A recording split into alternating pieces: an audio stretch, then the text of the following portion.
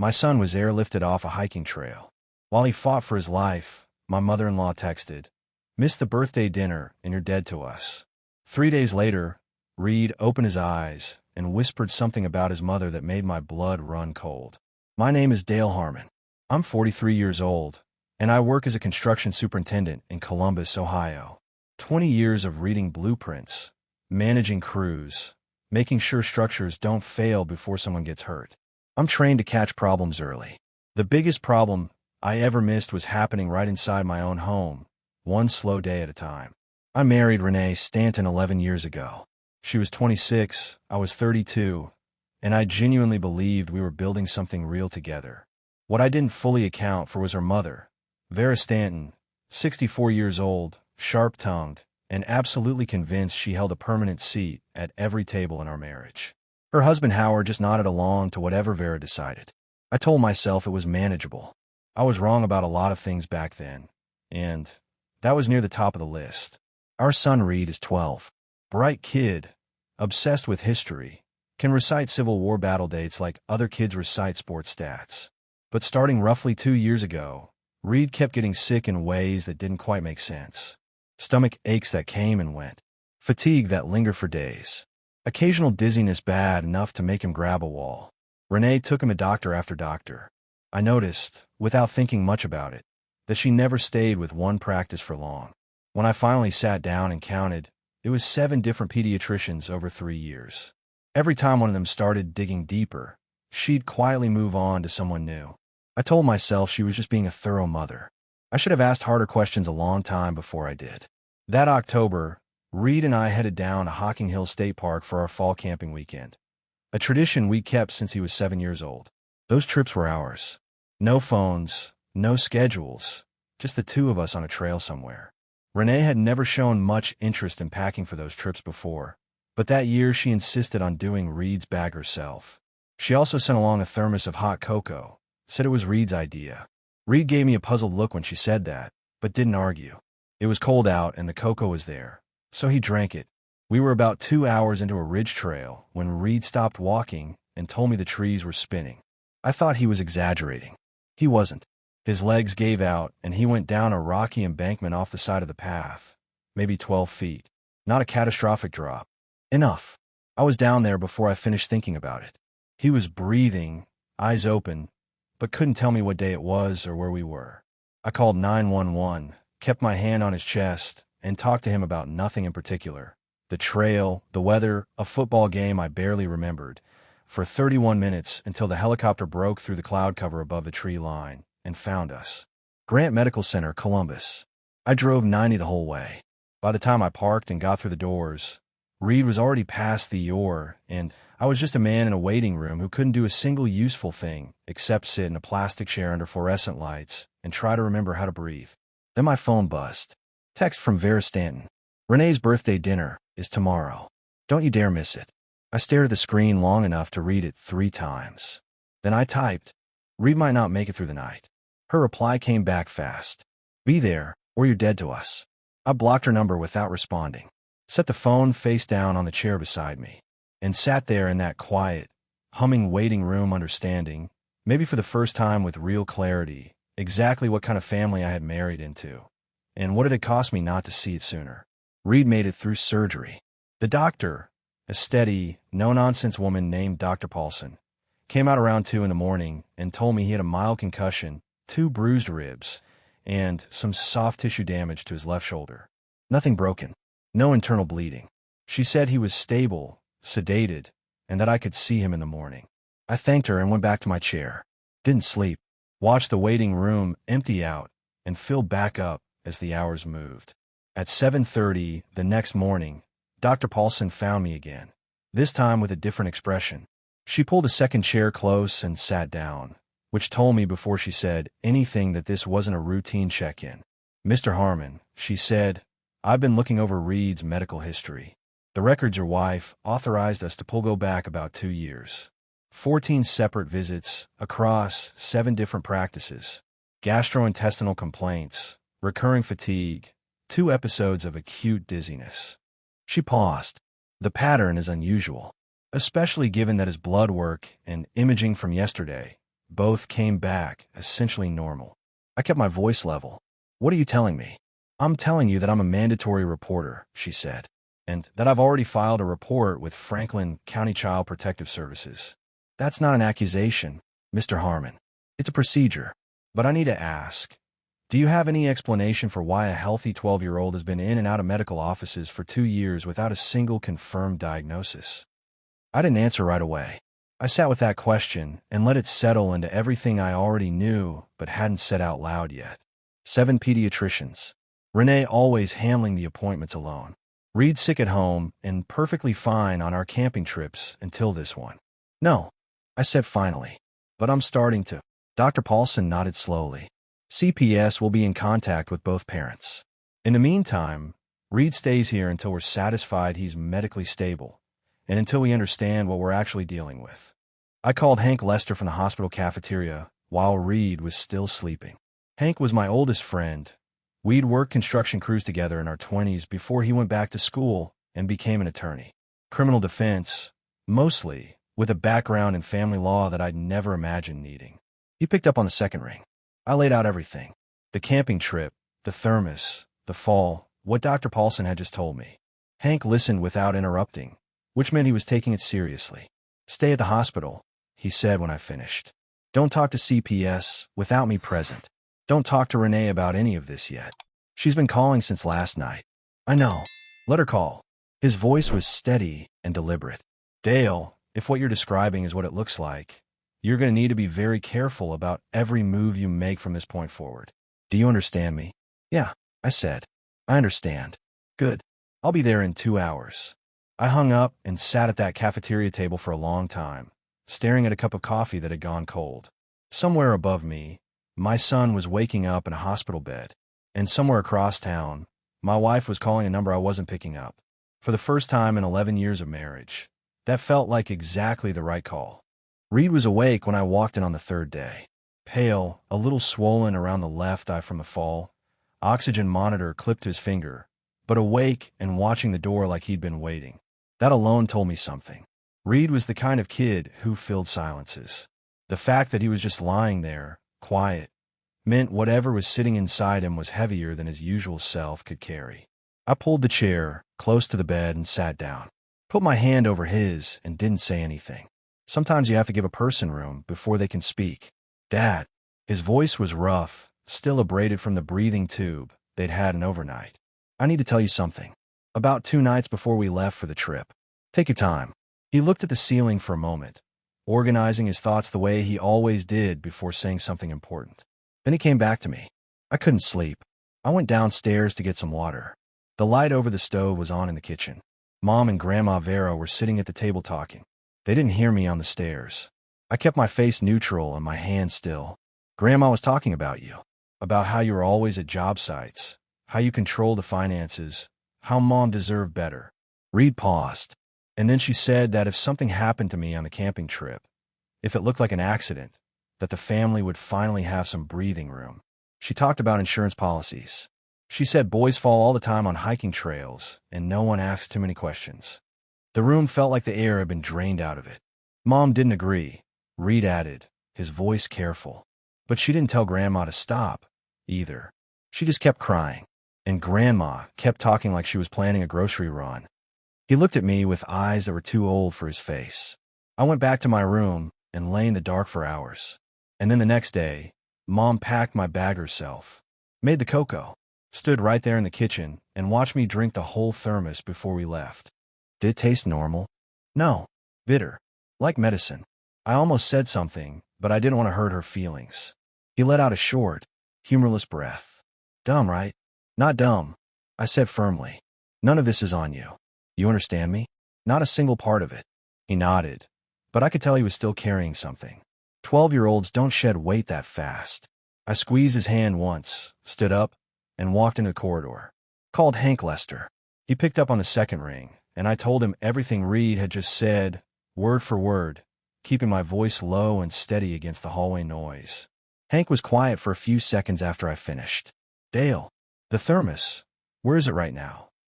"In the bed of my truck. I threw everything in the back when I followed the helicopter and haven't touched it since." "Do not touch it. I'm calling a private lab contact in the next 10 minutes. We're not waiting on county processing. His voice was clipped and precise. I'm also going to request the hospital's child advocacy team conduct a formal recorded interview with Reed today, before Renee or Vera gets anywhere near that room. That statement needs to be documented by a professional, on video, before anyone has a chance to influence it. Renee's been texting since last night asking when she can come in. She waits, Hank said flatly. Get back in that room and stay with your son. I'll be there in 90 minutes. I went back in and sat beside Reed for the rest of that morning. Ms. Ellison from the child advocacy team arrived just after noon, composed, experienced, the kind of person who put kids at ease without making it obvious she was trying to. She conducted Reed's interview in a separate room while Hank observed.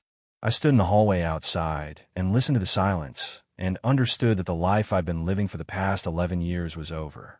What came next depended entirely on what I did in the hours and days ahead. I intended to get every single one of them right. Hank came out of the observation room with the look of a man who'd just heard something he couldn't unhear. He found me in the corridor, hands in my jacket pockets, and said 4 words before anything else. It's clean and solid. We drove to his office that evening.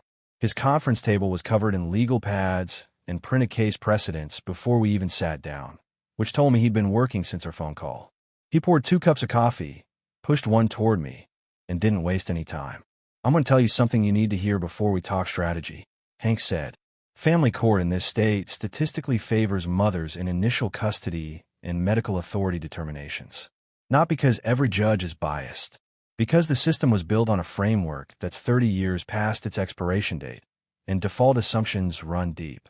You're going to walk into that courtroom as the father, and you'll have to prove things that Renee will never once be asked to prove, simply because of who you are in relation to that child. I looked at him across the table. So we overprepare. We overprepare, he agreed. Reed's recorded statement is the foundation. The thermos goes to the lab tonight. I already made the call. I want those results in our hands within 48 hours. He made a note. Tomorrow morning, I'm filing an emergency motion for temporary sole medical authority. Renee is not to schedule, authorize, or attend any medical appointment for Reed until the court rules otherwise. She'll fight that. Let her fight it. Fighting in an open court is actually useful to us. Hank leaned forward. Here's what I need from you, Dale. Calm. Deliberate. Every time you walk into a courthouse or sit across from a caseworker, you're being evaluated, whether they say so or not. The second you show anger, Renee's attorney puts that in front of the judge, and suddenly the story isn't about what happened to Reed. It's about your temperament. Do you follow me?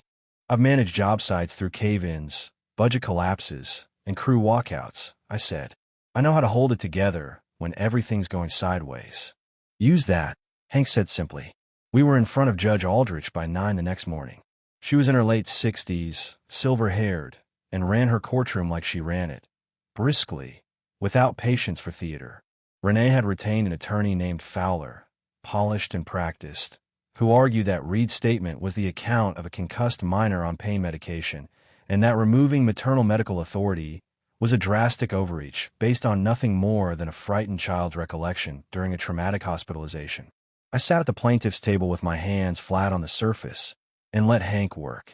He walked Judge Aldrich through the documented record. 7 pediatric practices over 3 years, 14 appointments with 0 confirmed diagnoses, a pattern of symptom onset consistently correlating with time spent at home, the child advocacy interview conducted under proper protocol, and the preliminary lab findings on the thermos, sedative compounds detected, full analysis pending. That last item hit the room like a 2x4. Fowler objected on procedural grounds. Judge Aldrich overruled him without looking up from the page. She read in silence for 3 minutes. Then she set the documents down and looked at both tables. Temporary sole medical authority is granted to Mr. Harmon, effective immediately. I'm appointing a guardian ad litem for the minor child by end of week, someone whose only client is that boy. She looked at Fowler. Your client retains standard visitation rights pending the full hearing. Supervised. Location to be approved by the GAL. She picked up her gavel. We're adjourned. I walked out of that courthouse into the cold October morning and stood on the sidewalk. Hank fell in beside me.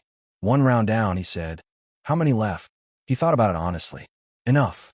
But today you took the one that sets the table for everything else.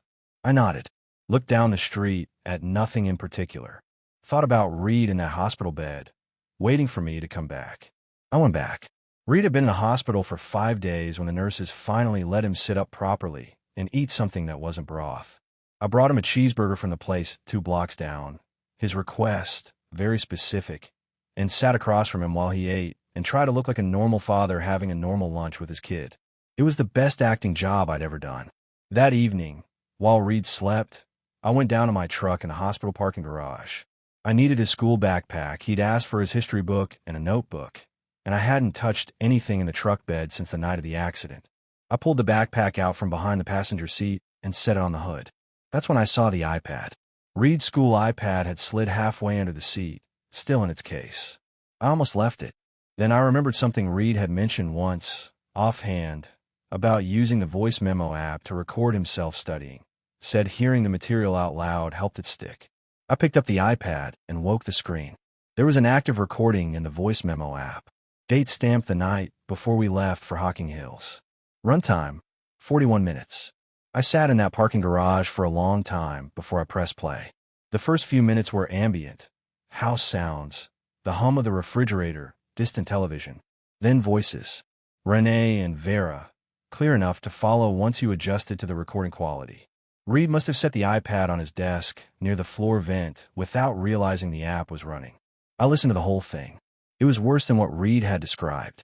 Not because Vera said anything Reed hadn't told me, but because of how she said it. Methodical, logical, running through contingencies like a project manager reviewing a timeline. She talked about the insurance policies by their payout amounts. She talked about how a father taking a boy hiking in October was statistically unremarkable. She talked about grief as a variable, how a grieving husband was unlikely to think clearly about finances for months afterward. Renee cried through most of it, but she didn't leave the table. I called Hank from the garage. He answered in 2 rings. I've got a recording, I said. 41 minutes. Both of them. On Reed's school iPad. Hank was quiet for exactly 3 seconds. Don't touch anything else on that device. Bring it to my office tonight. Not tomorrow, tonight. I was there by 8. Hank had his paralegal present and a digital forensics contact on the phone before I'd even set the iPad on the table. Within an hour, the recording had been forensically extracted, time-stamped, and duplicated across 3 secure locations. Hank's paralegal, a young woman named Deb, had gone pale by the midpoint of playback. Hank himself sat very still with his hands folded and listened to the entire thing without moving. When it finished, he looked at me. This changes the shape of everything. I know, it doesn't replace the court process, he said carefully. But as leverage, as a tool to ensure Renee's attorney understands exactly what their client is facing, this is significant. He leaned forward. I'm also reaching out to Ruth Tanner tomorrow morning. Who's Ruth Tanner? Private investigator. Former county sheriff's detective. She's handled 3 FDA cases that I know of. Children being kept medically dependent by a parent for attention and financial benefit. She knows how these cases work from the inside. If there are financial irregularities we haven't found yet, Ruth will find them. I drove back to the hospital that night and sat in Reed's room in the dark, watching him sleep. The recording was secured. The thermos results were due back in 24 hours. The wheels were moving. For the first time since that hillside, I felt like I was ahead of something instead of behind it. The lab results came back on a Thursday. Sedative compound confirmed. A prescription-strength sleep aid, concentrated well above therapeutic dosage, dissolved in the cocoa mixture. The kind of dose that would hit a 12-year-old on a hiking trail at elevation like a hammer. Hank filed the results with the court the same afternoon. Judge Aldrich's clerk called within 2 hours to schedule an emergency status hearing for the following Monday. Fowler, Renee's attorney, went quiet for the better part of a day before calling Hank to ask, very carefully, very indirectly, whether a negotiated resolution might be on the table. Hank told him we'd be in touch. Ruth Tanner arrived at Hank's office on Friday morning. She was 44, compact, with the kind of steady attention in her eyes that came from years of watching people closely for a living. She didn't waste time on pleasantries. Tell me about the medical history, she said, opening a notepad. All of it, from the beginning. I walked her through everything. The 7 practices, the the 14 appointments, the pattern of Reed being sick at home and well everywhere else. She took notes without interrupting, and when I finished, she set her pen down. "This is a textbook FDA pattern," she said. "Factitious disorder imposed on another. A caregiver manufacturing or exaggerating illness in a child to generate attention, sympathy, or in cases like this, financial positioning. The rotation through multiple practices is classic. You move before any one doctor can establish a longitudinal view." "Can you prove the financial angle?" Hank asked. "Give me access to whatever financial records you have in 72 hours, Ruth said. What happened next came from a direction I hadn't anticipated. Howard Stanton, Vera's husband, my father-in-law, 67 years old, called my cell phone on Saturday morning. I almost didn't answer. We'd barely spoken in years. Howard existed at the margins of every family event, quiet, present, unremarkable. I'd always figured he was simply a man who'd chosen peace over engagement. I was wrong about that too. Dale. His voice was steady but careful. "I need to meet with you. Not at the house. Not anywhere Vera might be." We met at a diner 20 minutes from his neighborhood. Howard arrived first, sitting in a corner booth with a cup of coffee and a manila envelope on the table in front of him. He looked older than the last time I'd seen him. Not just tired, hollowed out, like a man who'd been holding something heavy for a very long time and had finally decided to set it down. He slid the envelope across the table. "I've been keeping this for 4 years, he said. Every time I told myself it wasn't my place. That was family business. That things would work themselves out." He looked at his coffee cup. "Reed almost died on that hillside. That ended my ability to stay quiet." Inside the envelope, bank statements going back 3 years. Credit card records. Correspondence between Vera and an insurance broker that Howard had printed from her laptop without her knowing. And a handwritten log. Howard's own handwriting, dated entries, documenting conversations he'd overheard between Vera and Renee going back nearly 2 years. Discussions about Reed's medical visits, about the policies, about timelines. I looked up at him across the table. "Howard, why didn't you?" "Because she's my wife," he said simply, and I kept believing she wouldn't actually go through with it. He met my eyes. "I was wrong. I won't be wrong again." I called Ruth Tanner from the diner parking lot before I'd even started the engine. Told her I had 4 years of documented financial records and a first-hand witness. She was quiet for a beat. Then, "Give me that envelope today." Howard Stanton went home to a woman who didn't know he'd just dismantled everything she'd built. And I drove back toward the hospital understanding that the ground had shifted completely, and that this time, it had shifted in our direction. Ruth Tanner worked fast. She showed up at Hank's office Monday morning with a laptop, Howard's folder, and a legal pad already half filled with notes, and by Wednesday afternoon, she had built a financial picture that made Hank's paralegal leave the room for 5 minutes just to collect herself. Ruth spread the documents across the conference table and walked me through it the same way I imagined she'd once briefed sheriff's detectives, methodically, without editorial, just fact after fact laid down like bricks. "Your wife has been maintaining a secondary checking account in her name only for approximately 3 years, Ruth began. "Deposits come from 3 sources. First, small transfers from your joint account, always under $800, always categorized as household expenses. Second, reimbursements from Reed's medical insurance claims, routed directly to her account rather than back to the joint account where the original payments came from. Third," she paused and slid a printed statement toward me, "a recurring transfer from a business account registered to Vera Stanton." I stared at the page. Vera has been paying Renee directly, monthly, for 26 months. The amounts vary, anywhere from $400 to $1,200, but the pattern is consistent. Ruth tapped the page. "When you add the total across all 3 sources over 3 years, you're looking at somewhere between $60,000 and $70,000 that moved outside your awareness." I sat back in my chair and let that number land. "There's more," Ruth said. She pulled out the insurance correspondence Howard had photographed from Vera's desk. "These emails go back 18 months. Vera was in contact with an insurance broker, not your carrier, a separate broker, exploring the terms of Reed's policy. Specifically, the accidental death clause.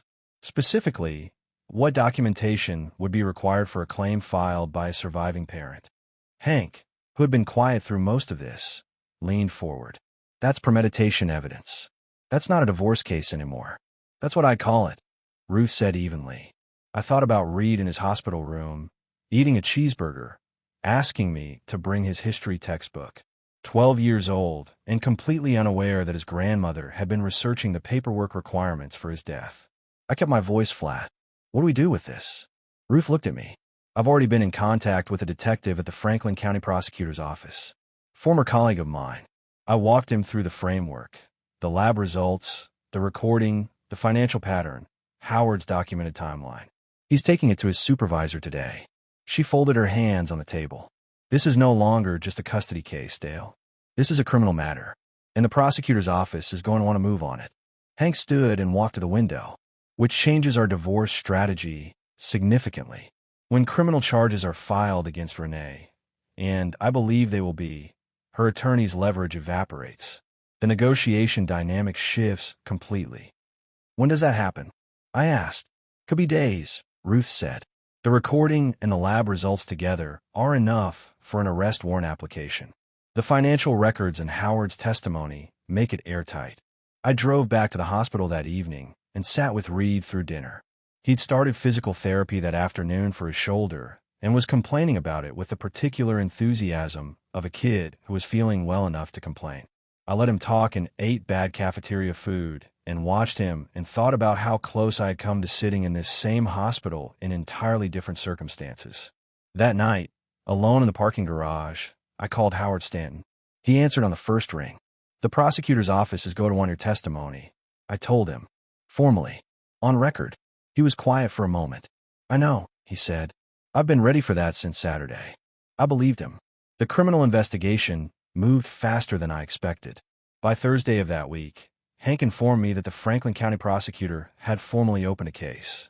Renee had been notified through her attorney. The arrest warrant for Vera was in process. Fowler, Renee's attorney, called Hank that same afternoon, and this time the tone was different. No more procedural maneuvering. No more confused child arguments.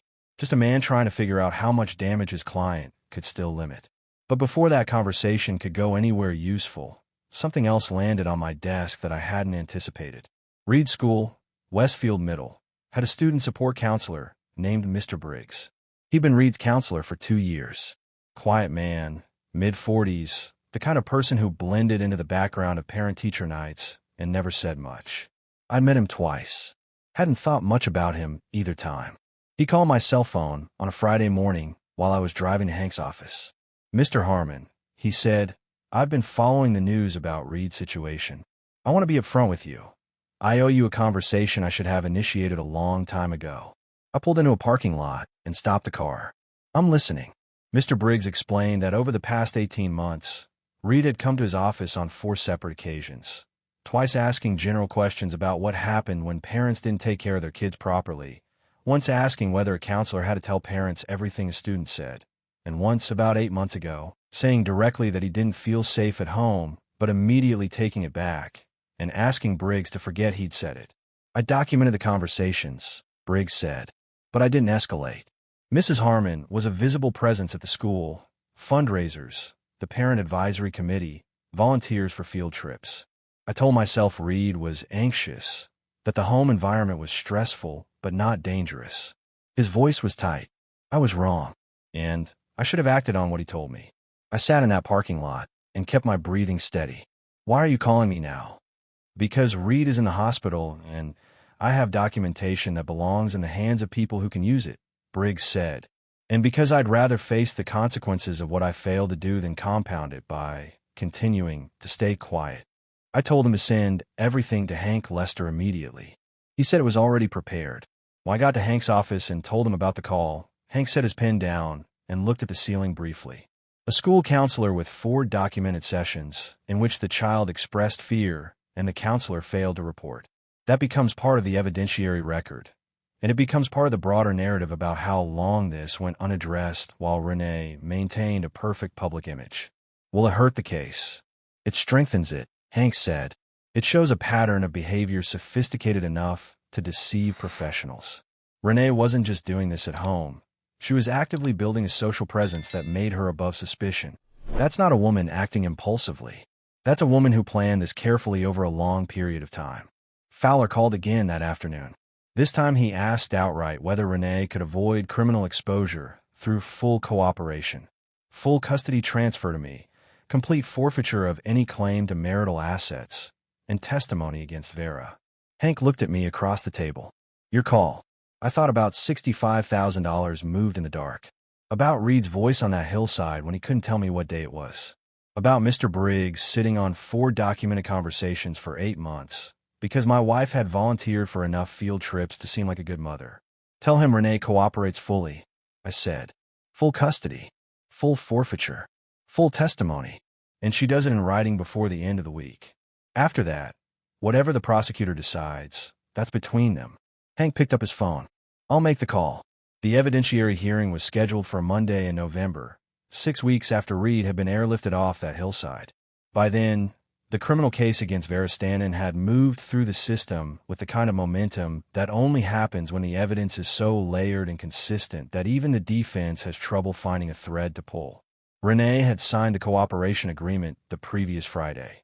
Full custody transferred to me, full forfeiture of any claim to marital assets, and a formal commitment to testify against her mother in the criminal proceedings. Fowler had delivered the signed documents to Hank's office in person, which I took as a small indication of how thoroughly the situation had turned. Attorneys don't make personal deliveries when their side has leverage. The hearing itself was in 2 parts. The first part was the family court custody finalization before Judge Aldrich. The second, later that afternoon, was the preliminary criminal hearing against Vera in a different courtroom across the building. I wore the same suit I'd worn to every courthouse appearance since this began. Reed, who was now home and walking normally and had opinions about what I should wear, told me the tie was too dark. I wore it anyway. Judge Aldrich reviewed the finalized custody agreement, the full evidentiary record, and the guardian ad litem's report, which recommended sole physical and legal custody with me, supervised therapeutic visitation for Renee subject to quarterly review, and a mandatory psychological evaluation for Reed to be conducted by an independent specialist of the gal's choosing. She signed the order in under 10 minutes. Renee sat at her table and didn't look at me once. Walking out of that courtroom, I felt something I hadn't expected. Not triumph, not relief exactly, but a deep and settled quiet. The kind that comes when something that has been structurally wrong for a long time is finally corrected. The criminal preliminary hearing was a different atmosphere entirely. Vera arrived with her defense attorney, a man named Cutler, experienced and deliberate, and she sat at the defendant's table in a gray blazer with the composed expression of a woman who had decided that dignity was still available to her if she held it firmly enough. She was wrong about that, but she hadn't figured it out yet. The prosecutor, a methodical woman named Ms. Vance, walked the court through the case in chronological order. The pattern of medical visits, the thermos results, the financial transfers, the insurance correspondence Howard had photographed, the recording from Reed's iPad. When the recording played in that courtroom, Vera's composure shifted. Not dramatically. She was too controlled for that. But I watched her jaw tighten and her hands move below the table, and I knew she was hearing herself the way the rest of the room was hearing her. Methodical, calculating, running through logistics with the efficiency of a project manager while her daughter cried across the table. Then Reed testified. The court had arranged for a video deposition setup. Reed sat in a separate room with an advocate, visible to the courtroom, on a monitor. Hank had prepared him, the child advocacy team had prepared him, and his therapist had been working with him for 3 weeks. But preparation only goes so far. What came through that monitor was just a 12-year-old boy sitting straight in his chair, speaking clearly, answering every question without embellishment or drama. He described what he'd overheard on the stairs. He described the thermos and the bitter taste, and the way his legs had stopped responding on the trail. He described waking up in the hospital and understanding, in the way that kids sometimes understand things that adults talk around, that what had happened to him wasn't an accident. The courtroom was completely silent while he spoke. Cutler cross-examined carefully, probing for inconsistencies, suggesting that Reed's memory of the overheard conversation might have been shaped by subsequent events and adult conversations. Reed looked at the camera and said, with the particular flatness of someone who has thought carefully about a thing, that he remembered what he remembered because he'd lain awake in his room, replaying it until dawn, and that wasn't the kind of thing a person mixed up. Cutler had no follow-up. Judge Aldrich bound the case over for trial. Vera was remanded, pending a bail hearing the following morning. As the bailiff approached the defendant's table, Vera finally looked across the room. Not at the prosecutor, not at the judge, but at me. I held her gaze and didn't look away. Howard was waiting outside in the corridor. He'd sat in the gallery through the entire hearing. He looked exhausted in a way that had nothing to do with age and everything to do with relief. The particular exhaustion of a person who has finally put down something very heavy. He extended his hand. I shook it. "Thank you," I said. He nodded once. "Take care of that boy." "That's the plan," I told him. Vera Stanton was denied bail 2 days after the preliminary hearing. Her attorney argued that she was 64 years old, had no prior record, and had deep community ties. The prosecutor pointed to the deliberate, sustained nature of the conduct, the financial documentation, and the fact that the primary witness against her was a 12-year-old child still in her extended family's orbit. The judge agreed that release posed an unacceptable risk. Vera went to the county detention center in a gray blazer and left without looking at anyone in the gallery. The trial itself was 4 months away. In the meantime, I had a life to rebuild, and Reed had a life to get back. We moved into a rental house in Worthington, north of Columbus, close enough to Reed's school that he could stay enrolled without disruption, and far enough from the Stanton family's neighborhood that we didn't have to think about running into anyone. It was a 3-bedroom with a decent yard and a garage. I immediately started filling with tools, a habit I picked up from my own father and never quite shaken. Reed came home to that house and slept 12 hours the first night. In the morning, he came downstairs and ate breakfast and asked if we could get a dog. I said we'd talk about it. He took that as a yes, which was probably accurate.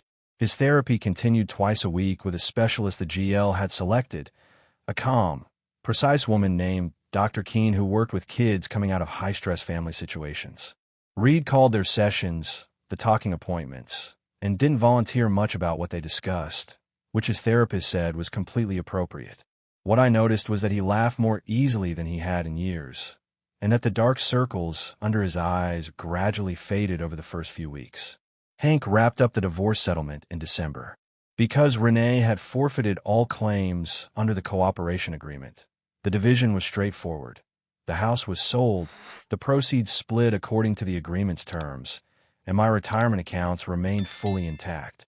The $65,000 Renee had moved through hidden channels was treated as an advance against her share, reducing her settlement accordingly.